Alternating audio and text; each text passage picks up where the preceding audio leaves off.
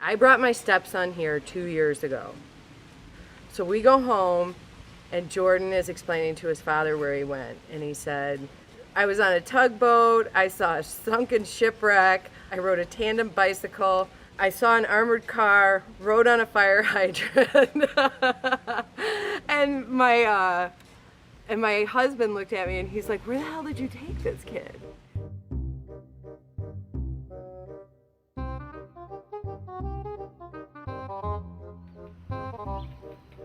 The Detroit Boat Works is a very unusual place, but it is Stephen is what it is, and his drive to have a good time.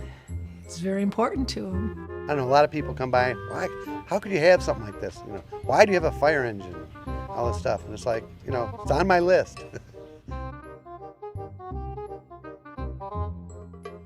A crescent sloop is the most valuable object in the universe as we know it. They may find something better somewhere, but till now, this is it.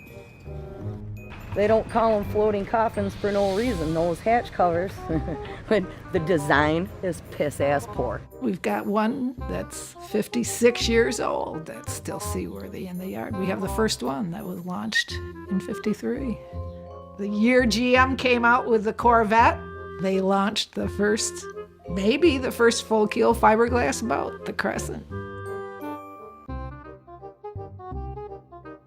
This was the beginning of the end of the Coleman Young administration. These were tough times for the city.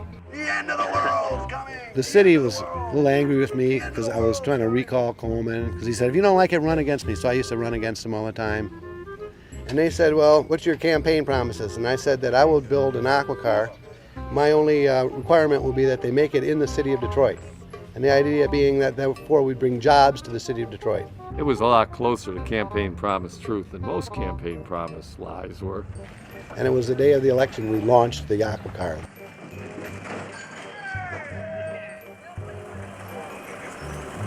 Try it again, man.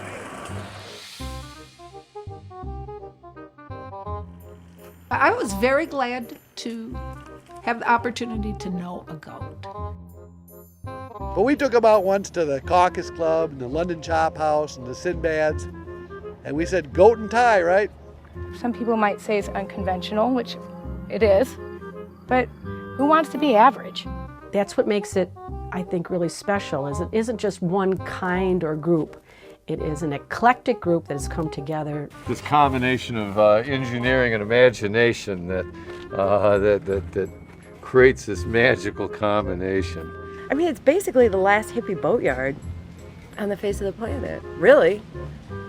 And it's in the middle of Detroit. Who knew?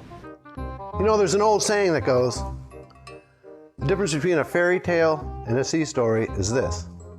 A fairy tale begins with, once upon a time. But a sea story begins with, this ain't no bullshit.